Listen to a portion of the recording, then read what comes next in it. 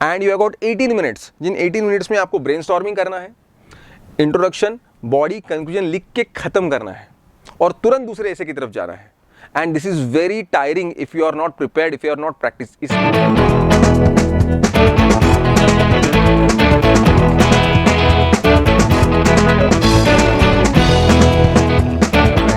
Welcome to AVKS।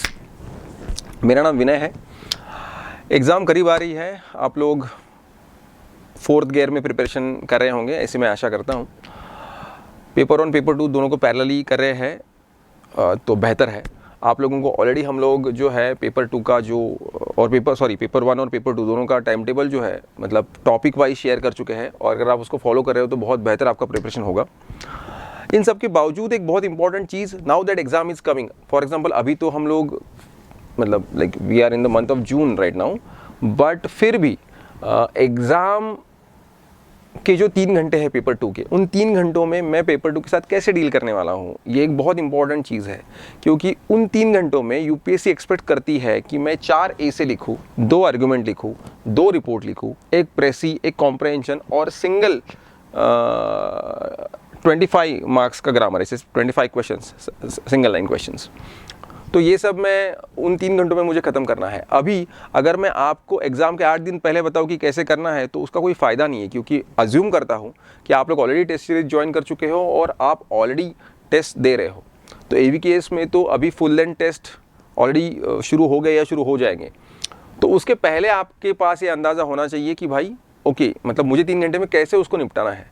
क्योंकि कितना बढ़िया ऐसे में लिखूँ, कितना बढ़िया मैं आर्गुमेंट लिखूँ, कितना बढ़िया मैं रिपोर्ट लिखूँ, लेकिन वो अगर गिवन टाइम पीरियड में मैं नहीं कर रहा हूँ तो उस बढ़िया को कोई मतलब नहीं है, क्योंकि वो एक ऐसे मेरे दूसरे ऐसे का टाइम खा रहा है। कभी कभी आप नोटिस करो, एक अच्छा ऐसे लिखने के चक्कर में आप आधा घंटा 35 मिनट्स एक ही ऐसे लिख रहे हो, जो कि आपने दूसरे ऐसे का भी ऑलमोस्ट पूरा टाइम खा लिया। तो there is no use of that. तो हम लोगों को टाइम वाली प्रैक्टिस भी करनी है, जो हम एक्चुअली अभी बैचेस में कर रहे हैं कि हम टाइम लगा के लिख रहे हैं, राइट। तो ये एक बहुत इंपॉर्टेंट चीज़ है। तो आज हम लोग बात करेंगे कि भाई 2 चीज़ों के बारे में बात करनी है कि भाई पर कंपोनेंट कितना टाइम है, उसी टाइम पीरियड में मुझे उसको ख़त्म करने की प्रैक्टिस करनी ही पड़ेगी, अपनी माइंड को वैसा ट्रेनिंग देना ही पड़ेगा। On the other hand we are also going to talk about the sequence that we need to follow in the exam. कौन सा सीक्वेंस होना चाहिए उसके बारे में हम लोग बात करेंगे। So first let's start with amount of time कितना है। देखिए, एसे राइटिंग जो है वो आपको 18 मिनट में एक एसे ख़त्म करना है। टोटल नंबर ऑफ एसेज जो है वो आपको 4 है और आपको 18 मिनट में एक ऐसे ख़त्म करना ही है। जो कि टॉपिक, देखो 6 टॉपिक आपको मिलेंगे। आपको मतलब ऐसा भी नहीं है कि आराम से मैंने 6 पढ़े फिर मैं सिलेक्ट कर रहा हूँ, नहीं, टॉपिक मैंने पढ़ा, मुझे लग रहा है मैं लिख सकता हूँ, तुरंत उसको टिक करो, क्योंकि 6 में से 4 तो लिखना ही है। एक आध दो तो ऐसा होगा ही कि जो नहीं आ रहा है, तो आपको वैसे भी बोलने की बात है 6। और वो जानबूझ के 6 टॉपिक इसलिए भी देते हैं ताकि आप टाइम उसमें स्पेंड करो कि अच्छा कौन सा नहीं, ये नहीं, ये अरे नहीं ये नहीं, तो लगा कि ठीक है लिख सकता हूँ, टिक करो। हमेशा इस अप्रोच से उन तक की तरफ देखो कि मुझे 6 के 6 आने ही चाहिए, कुछ ना कुछ तो लिख ही दूंगा, टिक टिक टिक ऐसा। तो फिर पकड़ लो, अच्छा नसीब है, अच्छा प्रिपरेशन है भाई, 6 के 6 आ रहे तो फिर यू हैव डेफिनेटली चॉइस, लेकिन उसमें से कौन सा बेहतर है। लेकिन you don't have too much time to choose, because the moment you get the answer sheet and start writing, you should be writing, not choosing, not spending time कि हाँ सर स्टार्टिंग में मैं फिर आराम से एक बार पेपर देख लूँ। क्या, आराम से देखने के लिए समय ही नहीं है। तो मैंने एक बार देख लिया कि सर कौन से आर्गुमेंट है, फिर मुझे आ रहा है, फिर मैंने खुशी मनाई कि मुझे आ रहा है, उसके लिए भी समय नहीं है। सीधा क्वेश्चन पेपर की तरफ सिर्फ ऐसे की तरफ देखो, उसको फोकस करो, ऐसे खत्म होने के बाद आर्गुमेंट देखो, ठीक है। टाइम नहीं है आपके पास, तो आपको वो 6 में से 4 चूज करने में बहुत समय नहीं स्पेंड करना है। आपने चूज कर लिया, उसको तुरंत लिखना शुरू करो, तुरंत। And you have got 18 minutes, जिन 18 मिनट्स में आपको ब्रेनस्टॉर्मिंग करना है, इंट्रोडक्शन, बॉडी, कंक्लूजन लिख के खत्म करना है और तुरंत दूसरे ऐसे की तरफ जाना है। And this is very tiring if you are not prepared, if you are not practice. इसलिए इतने दिनों से हम जो बोल रहे हैं कि टेस्ट सीरीज लगाना बहुत इसेंशियल है, वो इसीलिए है क्योंकि ये जो ड्रिल है इसकी प्रैक्टिस नहीं करेंगे तो it will not help you, ठीक है। तो 4 ऐसे आपको लिखना है, आपका समय आपको मिलेगा 18 मिनट का, ठीक है। आपको 18 मिनट में ही ऐसे को खत्म करने की प्रैक्टिस करनी चाहिए। मैं तो बोलता हूँ कि 18 से 1 मिनट पहले भी मैं खत्म कर पा रहा हूँ तो अच्छा ही है, but I have to write the best ऐसे, but within the timeline, ठीक है। तो 4 ऐसे आपको पर ऐसे 18 मिनट के हिसाब से खत्म करना है 72 मिनट्स में। यहाँ जो 4 मिनट एक्स्ट्रा दिए है वो एक ग्रेस टाइम है, जो कि बेसिकली कभी कभी ऊंच नीच हो जाता है। लेकिन ये ऐसा नहीं सोचना कि यार हर ऐसे के लिए सर ने 1 मिनट ऑलरेडी दे दिया है तो इसका मतलब 19 मिनट में मैं खत्म कर सकता हूँ। नहीं, कभी कभी ऐसे हो जाता है कि कितना भी मैं प्लान करूँ, एक आध ऐसे 20 मिनट या ज़्यादा टाइम ले लेता है, राइट। तो दैट इज़ नॉट गुड, ठीक है। ओवरऑल 75 मिनट्स मतलब सवा घंटे में तो सब कुछ निपट ही जाना चाहिए। सवा घंटा खत्म हो गया, मुझे दिख रहा है कि भाई 3:15 बज गए, इसका मतलब मैं आर्गुमेंट लिख रहा हूँ अभी, ये होना चाहिए। या फिर आर्गुमेंट लिखने की शुरुआत तुरंत में कर रहा हूँ, ये होना चाहिए, है ना। तो सवा घंटा आपके पास है मोटा मोटा, क्योंकि आपके पास डिजिटल वॉच तो होगी नहीं उस वक्त, अलाउ नहीं करते वो।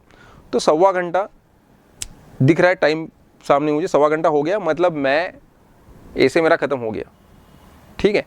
तो ये बस ऐसे दे के रखा है कि भाई मतलब एकदम डरो नहीं, थोड़ा सा चलेगा, लेकिन थोड़ा सा मतलब एक ऐसे में 20 मिनट कर लिया तो दूसरा फिर 17 में करना है, तो ये सोच के। तो ओवरऑल सवा घंटे में आपको 4 ऐसे निपटाने हैं, हर ऐसे के लिए आपको 18 मिनट मिलेंगे। आर्गुमेंट राइटिंग के लिए मैंने 20 मिनट जानबूझ के इसलिए दिए हैं, नंबर ऑफ मार्क्स तो सेम है, लेकिन होता क्या है कि वहाँ इंट्रोडक्शन लिखना है, फेवर, अगेंस्ट और फिर कंक्लूजन। लेकिन कुछ लोगों के केस में ऐसा हो सकता है कि उनका 16 मिनट में आर्गुमेंट खत्म हो जाए, क्योंकि अगर चीज़ें पता है तो पॉइंट वाइज लिखना है, डेटा लिखना है, लेकिन कभी कभी पॉइंट जनरेट करने में टाइम लग जाता है। तो आर्गुमेंट राइटिंग के केस में होता ही है कि ब्रेनस्टॉर्मिंग करने में, पॉइंट्स याद करने में थोड़ा वक्त लगता है। आर्गुमेंट का इंटरप्रिटेशन सही से करना है सबसे पहली बात। तो इंटरप्रिटेशन गलत करके फिर लिखने लगते हैं, फिर लिखते लिखते सडनली स्ट्राइक होता है कि अरे इनको तो ये बोलना है और मैं क्या लिख रहा हूँ ये, तो वो फिर सारा प्रेजेंटेशन आपका खराब हो जाएगा। तो एक बार ठीक से उसको देख लो, एक एक वर्ड को ये कर लो, अपने आप को बोलो कि अच्छा ये है। अभी आपको लगता है कि ये बड़ी बात नहीं है, लेकिन 4 ऐसे लिखने के बाद जब आपका दिमाग थका हुआ होता है, उसके बाद वो आर्गुमेंट को ठीक से इंटरप्रेट करना इज वेरी डिफिकल्ट। मतलब not too difficult, if you have practised it's not too difficult, but you have not practised then it can मतलब डिस्ट्रैक्ट यू, या आपको मिस इंटरप्रेट करने की चांसेस ज़्यादा है। तो संभाल के उसको इंटरप्रेट करना है। और फिर उसके लिए मैंने 20 मिनट दिए हैं।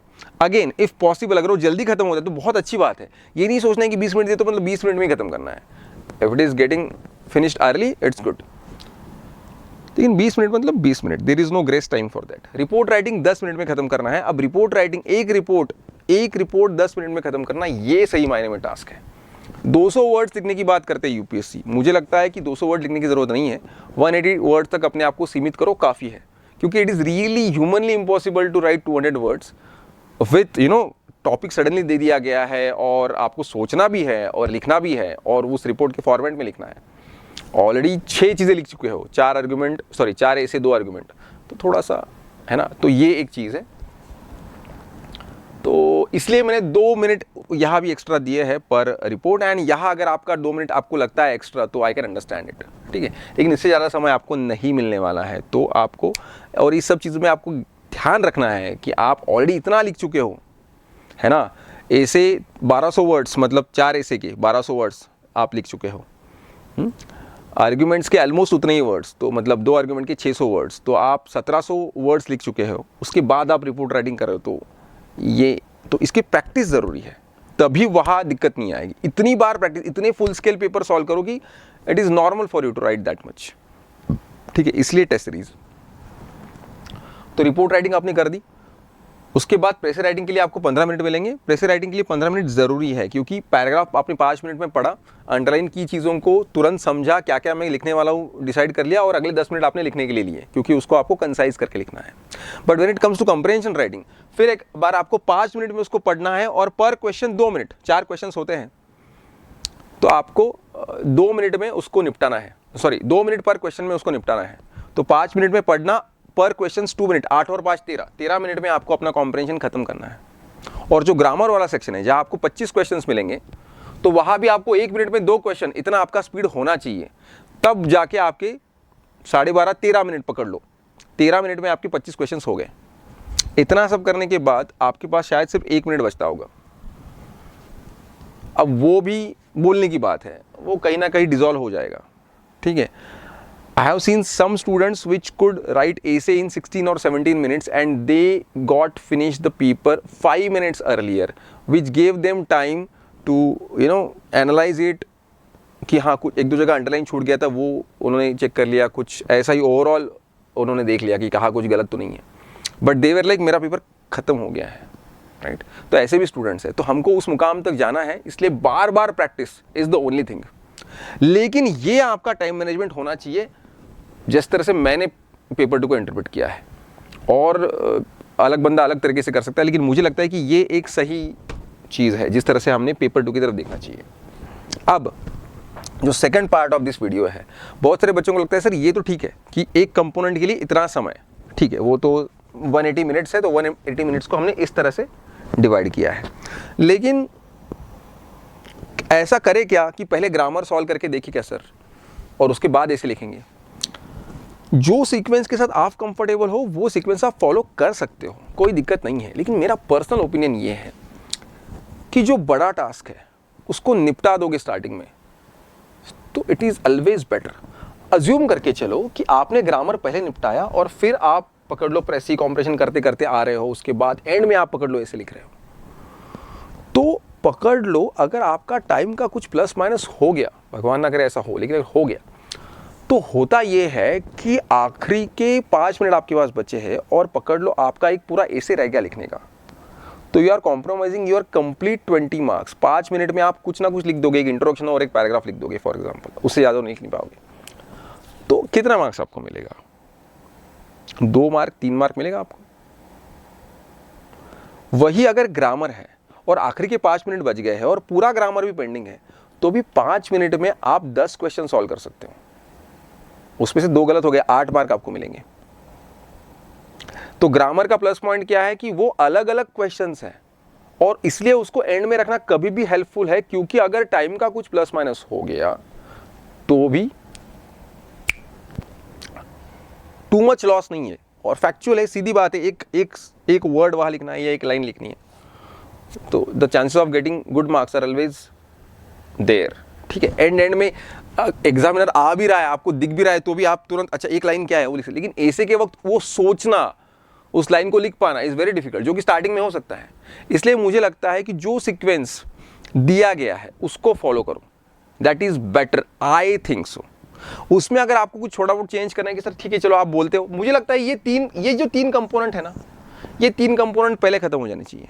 ये बहुत बड़ा लोड है, ये आपका एक बार खत्म हो गया उसके बाद आप यू आर लाइक ओके, मेरा मेजर कंसर्न खत्म हो गया। यार सोचो आप 120 मार्क्स, 40 मार्क्स, 160 प्लस 20, कितना बड़ा पोर्शन आपका खत्म हो गया। Sorry 80 marks plus 40, 120 plus 20, 160 marks है ना, तो ऑलवेज बेनिफिशियल है। तो मुझे लगता है कि ऐसे आर्ग्यूमेंट और रिपोर्ट को पहले खत्म करना और फिर सीक्वेंस वाइज जाना इज गुड। लेकिन फिर भी अगर आपको लगता है नहीं सर मैं थोड़ा आर्ग्यूमेंट एक बार पहले खत्म करके फिर ऐसे करूं, तो वो आपका कंफर्ट जोन है, वो आप डिसाइड करो। और वो भी आप डिसाइड करो मतलब क्या, मॉक टेस्ट में ऐसा एक्सपेरिमेंट्स करके देखो, उसके बाद आप वो कॉल लो, कोई बात नहीं है, इट्स कंप्लीटली योर कॉल। लेकिन बस एक चीज के बारे में बताऊंगा, even though at the start of exam हम लोगों का थोड़ा फर्स्ट गियर में हम लोग होते हैं, तो हम लोगों के पास ज़्यादा स्पेस नहीं है फर्स्ट गियर में रहने के लिए। हम लोगों को तुरंत when you get the answer sheet and they ask you to write, answer sheet तो पहले मिल जाता है, उसके बाद क्वेश्चन पेपर। जैसे क्वेश्चन पेपर मिलता है वो कुछ बोले ना बोले, मैंने टाइम बोला नहीं बोला, अरे देखना शुरू करो, एनालाइज करना शुरू करो। लिखने के लिए अलाउ नहीं किया, लेकिन टॉपिक तो सामने दिख रहा है, ब्रेनस्टॉर्मिंग करना शुरू करो, चूज करना शुरू करो, काम तुरंत शुरू हो जाना चाहिए। और पहला ऐसे नॉर्मली 20 मिनट लेता है, आप कितना भी 18 मिनट बोलो लेकिन 20 मिनट लेता है, इसलिए बाकी की 3 ऐसे फिर आपको ये करना है। तो वो 4 मिनट का जो दिया है उसको बहुत गलत इस्तेमाल नहीं कर रहा है, तुरंत उसको उठाना है। So this is what you have to do. Okay, so इस तरह से टाइम मैनेजमेंट करते हैं तो बहुत बेहतर होगा। मुझे लगता है कि जो सीक्वेंस दिया है उसको फॉलो करो, ये इसको थोड़ा कुछ प्लस माइनस करके देखना है तो इट्स योर कॉल, ठीक है। बाकी आपको इसमें कुछ ये करने की जरूरत नहीं है, बाकी सीक्वेंस को फॉलो करेंगे तो बहुत बेहतर रिजल्ट आपका आएगा। इसमें कुछ डाउट है, इश्यू है तो आप कमेंट सेक्शन में लिख के बताइए, will address it. Okay, all the very best, ठीक है। ये दिमाग में रखो और मॉक टेस्ट के वक्त ही इसको प्रैक्टिस करो ताकि आप यूज्ड टू हो जाओगे। Okay, thank you.